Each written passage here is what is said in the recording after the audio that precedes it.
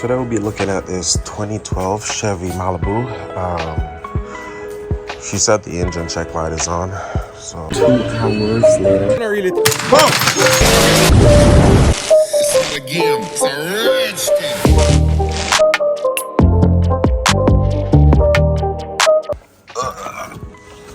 Let's see what's going on real quick.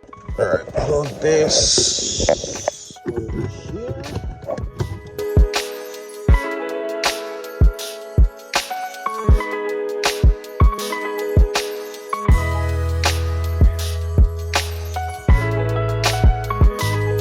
Coolant thermostat. Okay. Coolant thermostat is the problem. Start the car. Let's see what's up. All right, so it's been more than 20 minutes and it is still saying the car's idling cool, which by now it should be right here in the middle. It should be right here in the middle. As it remains, one out of two things: either the thermostat is stuck open or it's still closed. The car currently doesn't know that it's running hot. It just don't know. So I'm gonna just run up in AutoZone and then pick up this part, and I should just replace the temperature sensor while we're doing that. Temperature sensor is only what, $15 and it's in the same spot. So let's get down and take care of this.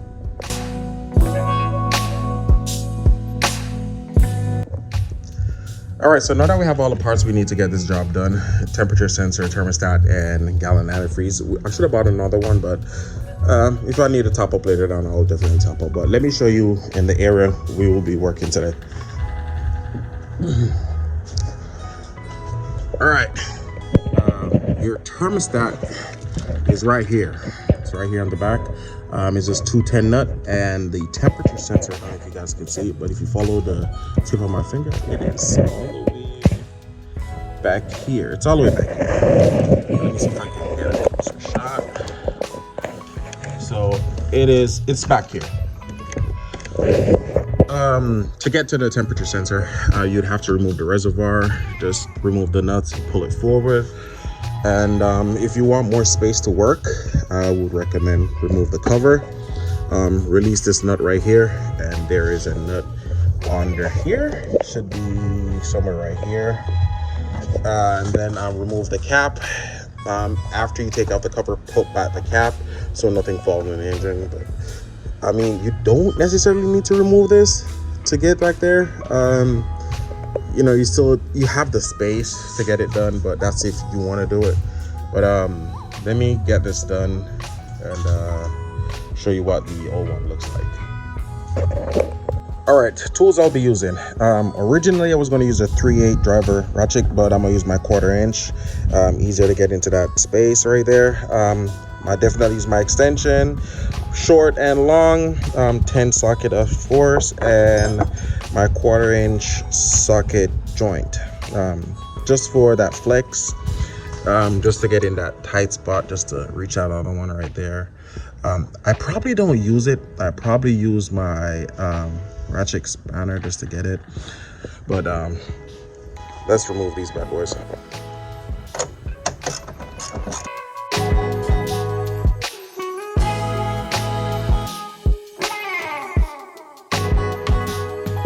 For safekeepings, I like putting the nuts up here on top. No, they'll never fall. Just a quick heads up, don't remove your reservoir until you remove the 210 nuts from the thermostat. I just move it just to show you guys the temperature sensor. It is right here. There it is. There it is right there. And that, looking at it right now, that's a 19. Yeah. So use your long 19 socket, put it on your 3/8 drive with the extension, and from back here you'll get it from, honestly you'll get it from back here. You'll be able to reach.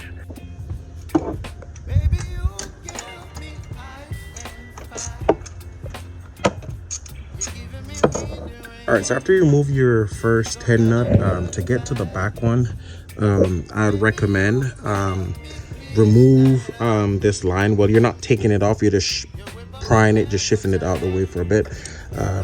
It's also a 10 socket.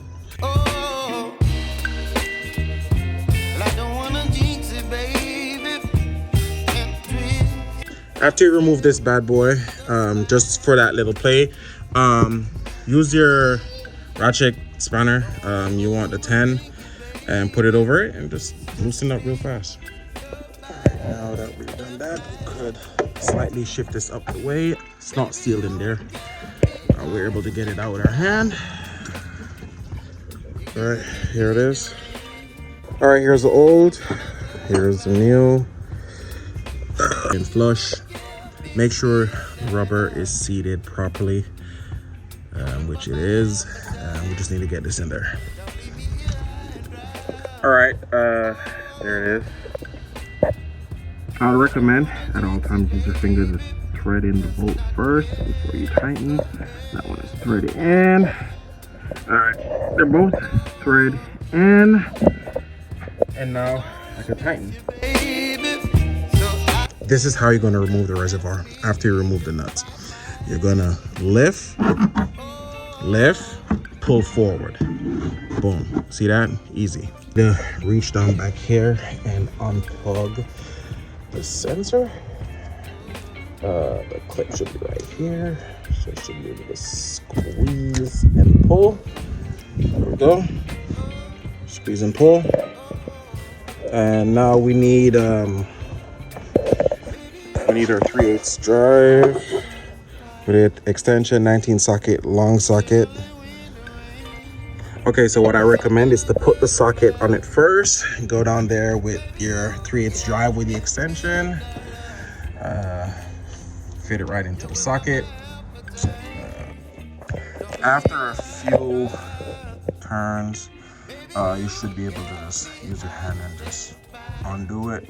Here we go. Now to put the new boy in. All right, here's the old and there's the new, and remember to put the new washer on. And there's no indications on it really to tell you if it's bad, but I always recommend once you're doing your thermostat, just replace the sensor. It's like in the same area, so just replace it. Now we're going to thread this bad boy back in with our hand, and then we're going to tighten. So you hand thread it, get your 19 socket again with your extension, put it on first, and then use your ratchet angle after the tighten. Remember, do this after you hand threaded it. Okay, now that it's tightened, see if I can show it so you can get a clear shot where it's located. There it is.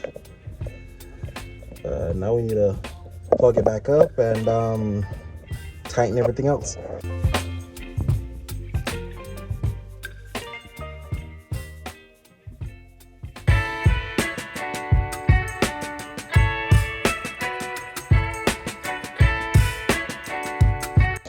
Now that's all done.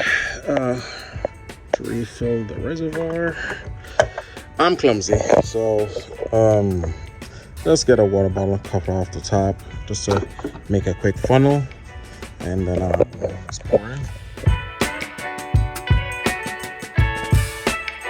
All right, let's open the tool. Let's read a code. We cannot detect it as yet. Hold on. I think it's detected now. Read codes. All right, scan again. Then after we scan it, we're going to clear the code. And we're going to start.